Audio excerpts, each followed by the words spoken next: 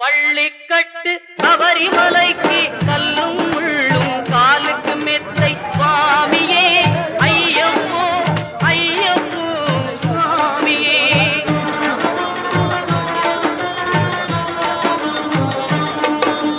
நெய்யபிஷேகம் சுவாமிக்கே கற்பூர தீபம் சுவாமிக்கே ஐயப்பன் மார்களும் கூறிக்கொண்டு ஐயனை நாடி சென்றிடுவான் சபரிமலைக்கு சென்றிடும்